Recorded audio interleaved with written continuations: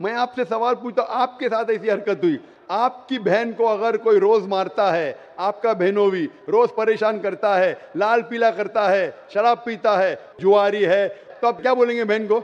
मैं तो कदापि तैयार नहीं होगा ये बात मैं। नहीं, क्या बोलेंगे आप अपने बहन को? बहन को बोलेंगे कि नहीं छोड़ दो?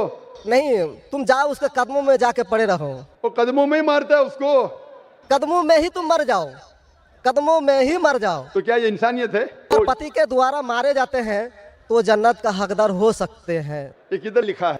अगर ऐसी किताब में लिखा तो हर शोर अपने बीवी को मारने लगेगा ना, हर शोर मारने लगेगा, बोलेगा चलो यार वो जन्नत में जाएंगी, मारो।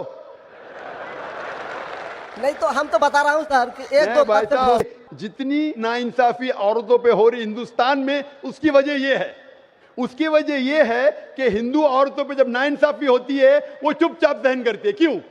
उसको आवाज उठाना चाहिए।